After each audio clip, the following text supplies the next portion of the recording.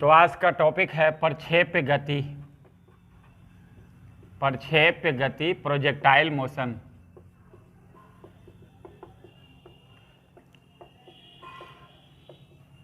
Clear है? आज का क्लास हम लोग देख रहे हैं प्रक्षेप्य गति, प्रोजेक्टाइल मोशन। तो आपको बताया गया था मेन क्लास में, जो क्लास में बताए थे हम लोग कि प्रक्षेप्य गति, जब किसी भी वस्तु को क्षैतिज से कुछ कोण बनाकर, क्षैतिज से कुछ कोण बनाकर ऊपर की ओर फेंकते हैं तो उसका गति एक विमीय गति नहीं होती है। उसका गति जब भी होगी तो द्विविमीय गति होती है। क्लियर है? ये मान लेते हैं ये क्षैतिज है, कहने का मतलब एक्स अक्ष, और एक्स अक्ष से किसी वस्तु को ऊपर की ओर किसी कोण बनाकर फेंकेंगे। जब ऊपर की ओर किसी कोण बनाकर फेंकेंगे तो इसका गति इस टाइप से होगा। ये देख सकते हैं, ये गति जो है ये द्विविमीय गति है।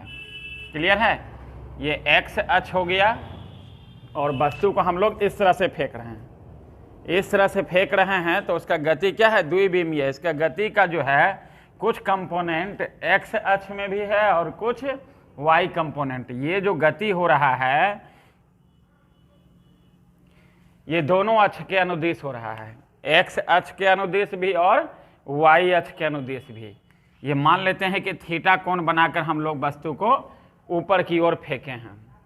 ये एक्स कंपोनेंट है और ये वाई कंपोनेंट है। इधर यू एक्स ले लेते हैं और इधर यू वाई ले लेते हैं।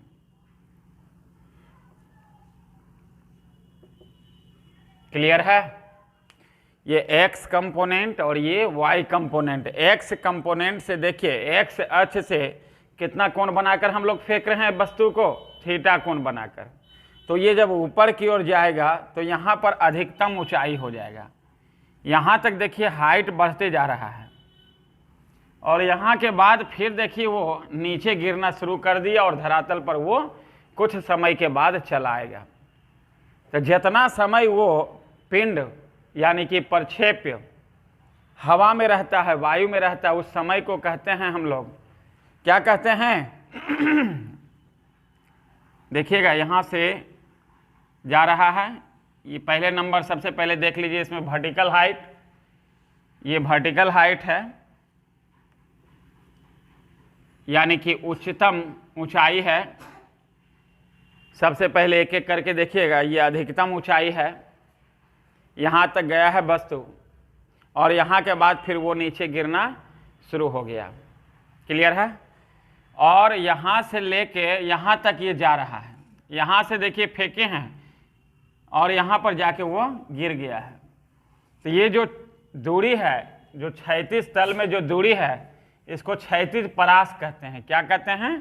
क्षैतिज परास, जिसको हॉरिजॉन्टल रेंज कहते हैं इंग्लिश में, इसको आर से सूचित करते हैं। ये अधिकतम ऊंचाई हो गया और ये क्षैतिज परास हो गया। और जितना समय लगता है गिरने में, क्लियर है, यहाँ से वस्तु गया और यहाँ से लेके यहाँ तक पहुँचा, धरातल पर फिर पहुँच गया, यानी जितना समय के लिए ये पिंड यानी प्रक्षेप्य वायु में रहता है उसको उड़ान काल कहते हैं। क्या कहते हैं? उड़ान काल। तो तीन चीज हम लोग इसमें देखेंगे। क्षैतिज परास निकालेंगे, वर्टिकल हाइट जो है अधिकतम ऊंचाई निकालेंगे कि कितना अधिकतम ऊंचाई तक पिंड जो है गया है जिसके बाद वो नीचे गिरना शुरू किया है, और कितना समय ये पिंड वायु में रहा है। जब हम फेंके हैं वस्तु को तो कितना समय तक ये हवा में रहा है, यानी उड़ान काल। तीन चीज हम लोग को निकालना है। आपको क्लास में बताया था, जिधर थीटा उधर कॉस थीटा, यानी जो एक्स कंपोनेंट हो जाएगा यू एक्स बराबर यू कॉस थीटा। क्या हो जाएगा? X component U cos theta और vertical component U sine theta. यहां पर भी देखिए एक एक्स कंपोनेंट और एक वाई कंपोनेंट, यहां पर भी एक्स कंपोनेंट और वाई कंपोनेंट। तो वाई कंपोनेंट का मान कितना हो जाएगा? 0। अगर वाई कंपोनेंट रहता तब तो ये और ऊपर जाता, लेकिन वाई कंपोनेंट यहाँ 0 हो जाने के कारण क्या सिर्फ वर्टिकल कंपोनेंट 0 हो गया और हॉरिजॉन्टल कंपोनेंट जो यू कॉस थीटा था वो u cos थीटा हमेशा रहेगा।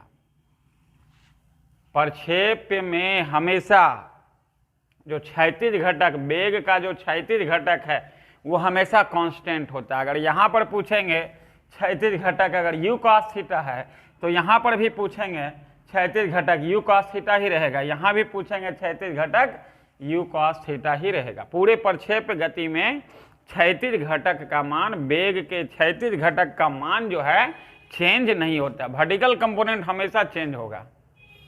जैसे जैसे आप ऊपर बढ़ते जाइएगा देखिएगा ऊपर वाला वेग जो y कंपोनेंट है, y घटक जो है वेग का, वो घटते जाएगा और अंत में उच्चतम ऊंचाई पर जाने पर, अधिकतम ऊंचाई पर जाने पर जो y कंपोनेंट का मान क्या हो गया, 0 हो गया।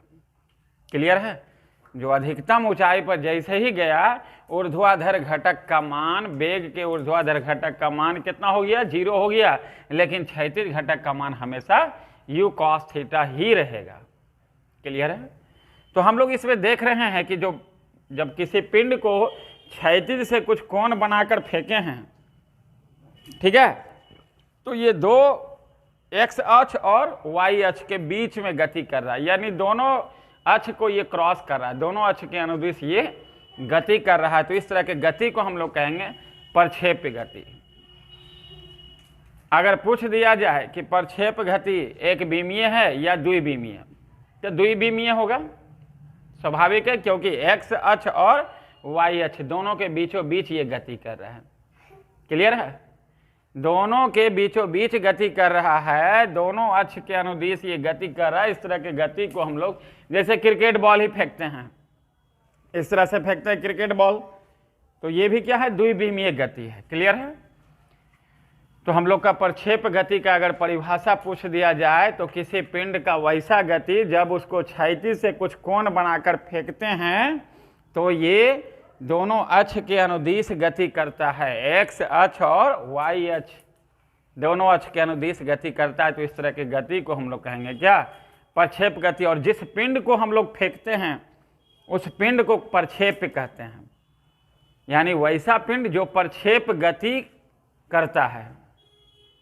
क्लियर है? उस गति को प्रक्षेप गति और पिंड को प्रक्षेप, जिस पाथ से होकर, जिस रास्ता से होकर, जिस पथ से होकर वो जाता है उस पथ को प्रक्षेप पथ कहते हैं। क्लियर है? तो प्रक्षेप पथ क्या है कि वैसा पथ जिससे होकर प्रक्षेप गति करता है, उस गति को, उस पथ को क्या कहेंगे, प्रक्षेप कहेंगे। क्लियर? तो प्रक्षेप गति में हम लोग देख रहे हैं कि जितना अधिकतम ऊंचाई तक ये जाएगा, प्रक्षेप जितना अधिकतम ऊंचाई को तय करेगा जिसके बाद वो नीचे गिरना शुरू हो जाएगा, उस ऊंचाई को महत्तम ऊंचाई या अधिकतम ऊंचाई कहते हैं। जितना अधिकतम ऊंचाई तक वो जाएगा, कोई भी प्रक्षेप जितना अधिकतम ऊंचाई तक जाएगा जिसके बाद वो नीचे गिरना शुरू कर दिया है, उस ऊंचाई को क्या कहेंगे, महत्तम ऊंचाई। क्लियर? और जहां तक वो क्षैतिज दूरी तय करेगा, जितना अधिकतम से अधिकतम वो क्षैतिज दूरी को तय कर रहा है उस दूरी को कहेंगे क्षैतिज परास। क्या कहेंगे? क्षैतिज परास कहेंगे, हॉरिजॉन्टल रेंज कहते हैं इंग्लिश में। क्लियर है? और जितना अधिकतम ऊंचाई तक तय कर रहा है उसको महत्तम ऊंचाई या अधिकतम ऊंचाई कहेंगे। और जितना समय के लिए प्रक्षेप वायु में रहता है, जिसके बाद वो जब गिर जाएगा तो जमीन पर आ जाएगा, जितना समय के लिए वो वायु में रहेगा, हवा में रहेगा, उस समय को, समय अंतराल को क्या कहेंगे हम लोग, क्या कहेंगे, बोलिए आप लोग? हाँ, उड़ान काल। क्लियर है? टाइम ऑफ फ्लाइट इंग्लिश में कहते हैं, इंग्लिश में कहते हैं टाइम ऑफ फ्लाइट। तो हम लोग देख रहे हैं यहां पे, अगर मान लेते हैं y कंपोनेंट लेते हैं तो v बराबर होता है u माइनस gt। आपको बताया गया है कि जब वस्तु नीचे आएगा तो g का मान प्लस लेंगे, और वस्तु अगर ऊपर की ओर जा रहा है, यहां देख सकते हैं प्रक्षेप ऊपर की ओर जा रहा है, तो v बराबर क्या हो जाएगा, u माइनस gt। क्लियर है? ये v का वैल्यू है, v y कंपोनेंट हो गया। अगर y ऊपर की ओर जा रहा है तो y कंपोनेंट लेंगे, क्लियर है। मान लेते हैं कि स्मॉल टी समय यहाँ से लेके यहाँ तक जाने में लगा, तो जितना समय यहाँ तक लगेगा जाने में उतना ही समय यहाँ तक लगेगा आने में। उसको अधिकतम ऊंचाई तक मान लेते हैं जाने में कितना समय लगा, स्मॉल टी। कितना कोण से हम लोग फेंक रहे थे हम लोग वस्तु को, प्रक्षेप को, थीटा कोण से। तो भी वाई का कंपोनेंट देखिए यहाँ पर कितना है, 0 है। और यू आई का कंपोनेंट देखिए यू साइन थीटा। अभी जस्ट बताए थे कि जब हम लोग थीटा कोण बनाकर फेंक रहे हैं तो जिधर से थीटा बना रहा है उधर कॉस थीटा, और उसका वर्टिकल कंपोनेंट जो हो जाएगा, ऊर्ध्वाधर घटक जो हो जाएगा क्या, साइन थीटा। तो यहाँ पर आप देख सकते हैं यू आई का वैल्यू रखेंगे क्या, you sine theta minus G T, यानी टी बराबर हो जाएगा यू साइन थीटा बटे जी हो जाएगा।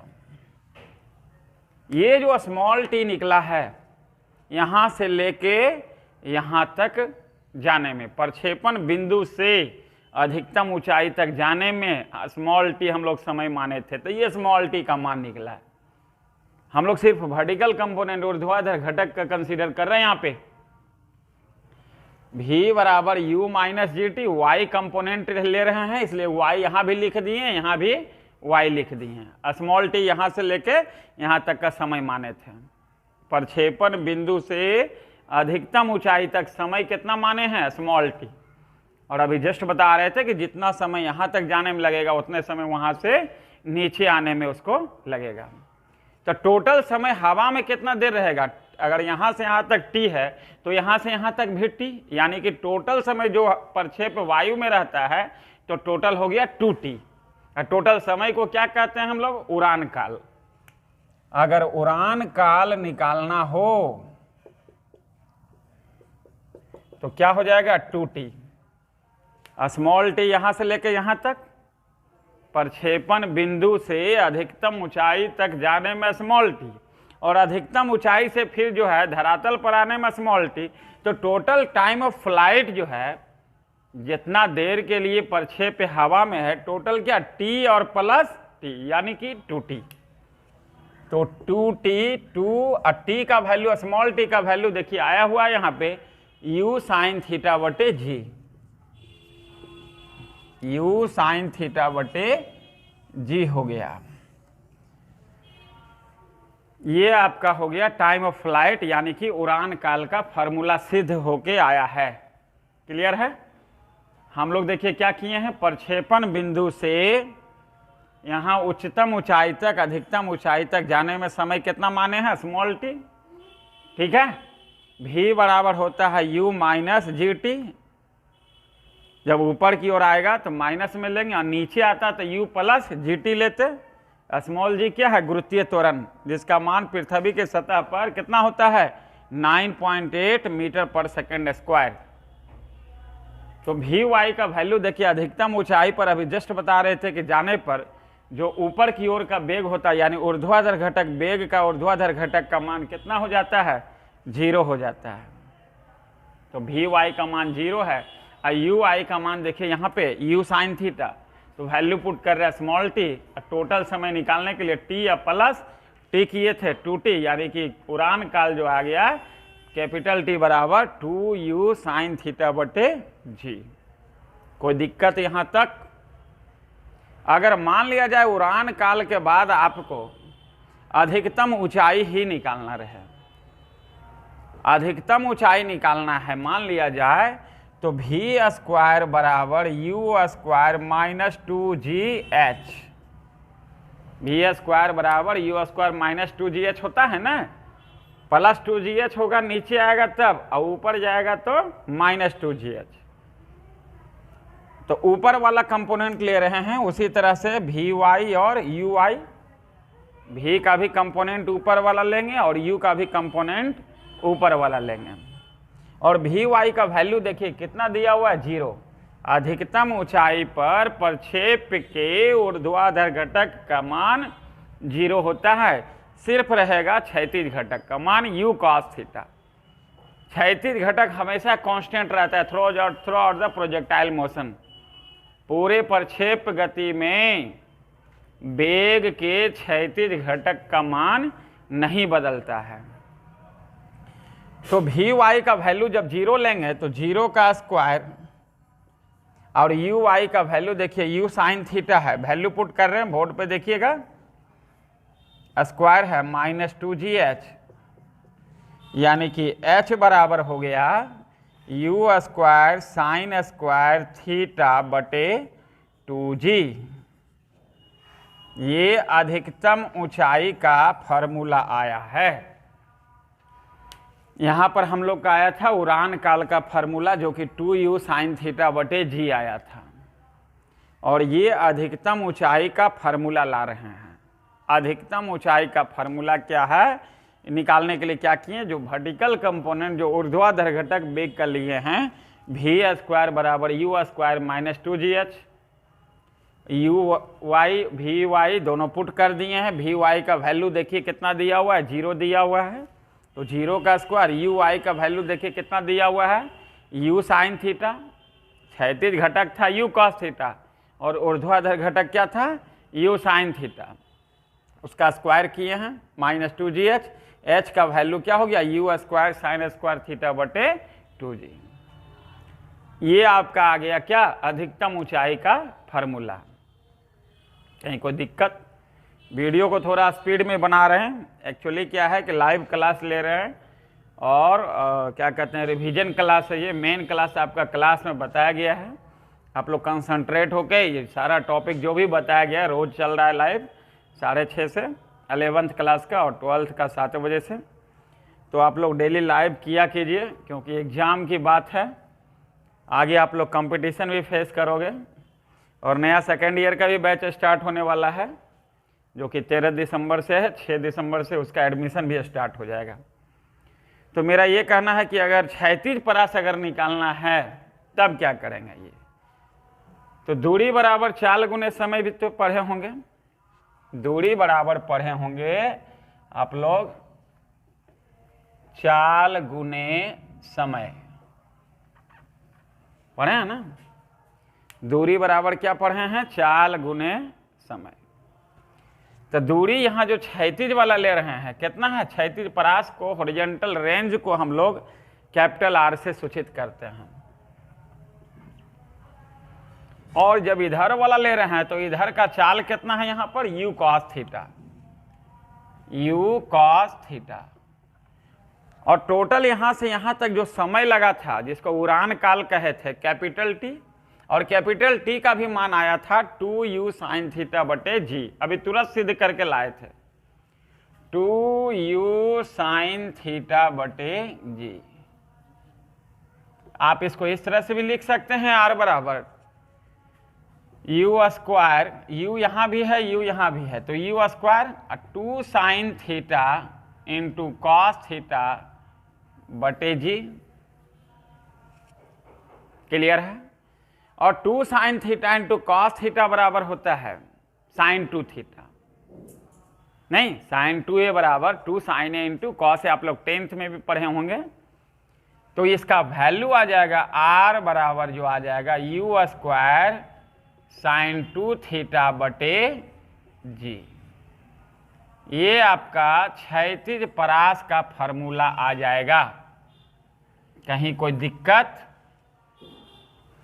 तो मोटा मोटी हम लोग देख चुके हैं कि प्रक्षेप किसको कहते हैं, कि जब किसी पिंड को क्षैतिज से कुछ कोण बनाकर ऊर्ध्वाधर ऊपर की ओर फेंकते हैं, ऊपर की ओर जब क्षैतिज से कुछ कोण बनाकर फेंकते हैं तो उसका वेग जो होता है, उसका गति जो हो जाता है एक विमीय नहीं रह के वो द्विविमीय हो जाता है। जैसे आप क्रिकेट बॉल की गति आप देख सकते हैं, ये द्विविमीय गति हो जाता है। इस गति को हम लोग कहते हैं प्रक्षेप गति, और जिस पथ से होकर जाती है उस पथ को कहते हैं प्रक्षेप पथ। और जिस पिंड को हम लोग फेंकते हैं, यानी जो पिंड प्रक्षेप गति का फॉलो करेगा उसको कहेंगे। तो हमारा ये कहना है कि जिधर थीटा उधर कॉस थीटा, चूंकि कोण हम लोग किधर से बना रहे थे क्षैतिज से, तो जिधर से कोण बना रहे हैं उधर कॉस थीटा, उसके वर्टिकल कंपोनेंट ऊर्ध्वाधर घटक क्या हो जाएगा साइन थीटा, यानी यू कॉस थीटा और ये यू साइन थीटा। तो हम लोग निकाले हैं 3 चीज का वैल्यू निकाले हैं, एक उड़ान काल निकाले हैं, एक अधिकतम ऊंचाई निकाले हैं और एक क्या है, क्षैतिज परास का मान निकाले हैं।